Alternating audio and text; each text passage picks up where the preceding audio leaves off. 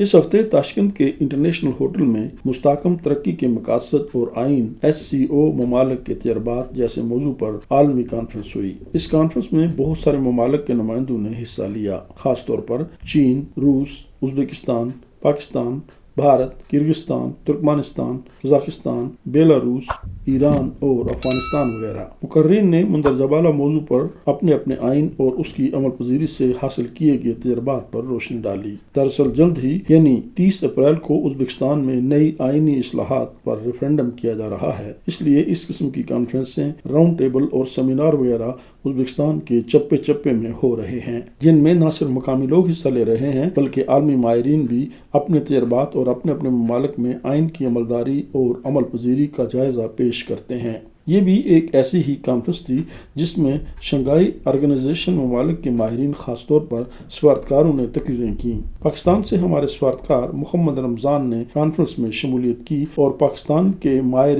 آئین خالد تیمور اکرم نے پاکستان کے آئین اور اس کی خاص خصوصیات، مختلف شقوں پر عمل کے بارے میں تقریر آن لائن کی۔ قدرتی بات ہے کہ راکم نے بھی اس کانفرنس میں نہ صرف حصہ لیا بلکہ ازبک ٹی وی کو اس موضوع پر انٹرویو بھی دیا، جو کہ ازبک اور روسی زبانوں میں پیش کیا گیا۔ اس کانفرنس کا اہتمام مستحکم ترقی کے مرکز نے کیا تھا۔ سب سے پہلے سینٹ کی چیئرپرسن مادام تنزیلہ ناربائیوا نے آن لائن تقریر کی۔ ان کے بعد عالی مجلس کے فرسٹ ڈپٹی اسپیکر اکمل سعیدوف صاحب نے حاضرین سے خطاب کیا۔ یاد رہے کہ اکمل سعیدوف صاحب نہ صرف کانفرنس کے ماڈریٹر تھے بلکہ وہ ازبکستان میں انسانی حقوق کے قومی مرکز کے ڈائریکٹر بھی ہیں۔ ان کے بعد انڈیا کے سفیر نے حاضرین سے خطاب کیا۔ انہوں نے بھارتی آئین کے خد و خال پیش کیے۔ معلوم ہوا کہ انڈیا کا آئین دنیا بھر کے آئینوں میں سب سے بڑا ہے اور اس کی 1,45,000 شقیں ہیں۔ یہ بھی معلوم ہوا کہ ازبکستان کا آئین سب سے چھوٹا ہے۔ موجودہ آئینی اصلاحات کے بعد یہ آئین دنیا کا سب سے کم عمر آئین کہلانے کا مستحق ہوگا۔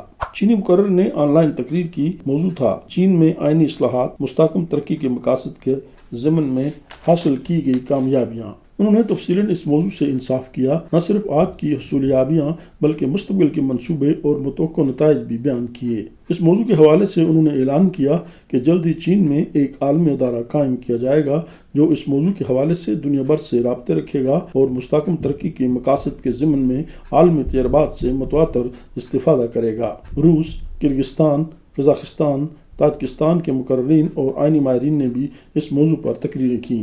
عالمی ماہرین کے ساتھ ساتھ ازبکستان کے مختلف علاقوں اور صوبوں سے بھی مختلف ماہرین نے اپنے اپنے علاقے میں انسانی سوجھ بوجھ اور کامیابیوں پر روشنی ڈالی اور آئین کی اصلاحات کی حمایت کی۔ مجموعی طور پر ازبکستان کے آئین اور اس میں کی جانے والی اصلاحات اور ان سے متوقع نتائج پر بات کی گئی۔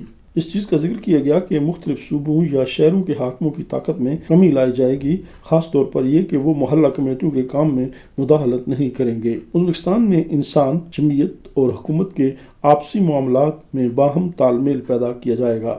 ملک میں ایک سوشل جسٹس کا نظام قائم کیا جائے گا۔ انسان کے لیے تعلیم و کاروبار کے بہترین مواقع مہیا کیے جانے چاہیے۔ عدالتیں آزاد ہوں گی۔ پارلیمنٹ کا کردار بڑھایا جائے گا۔ انسانی اقدار اور آزادیوں کو بڑھایا جائے گا۔ یہ بات بھی سامنے آئی کہ اس موضوع پر چین کی 45 وزارتیں کام کر رہی ہیں تاکہ مستحکم ترقی کے مقاصد حاصل کیے جا سکیں۔ در حقیقت اس وقت دنیا میں 500 آئین کام کر رہے ہیں اور یہ کہ کوئی ایک آئین بھی اپنی ابتدائی حالت میں موجود نہیں، بلکہ وقتاً فوقتاً انسانی ضرورتوں کو مد نظر رکھتے ہوئے ان میں اصلاحات کی جاتی رہیں تاکہ انسانی سماج فائدہ اٹھا سکے۔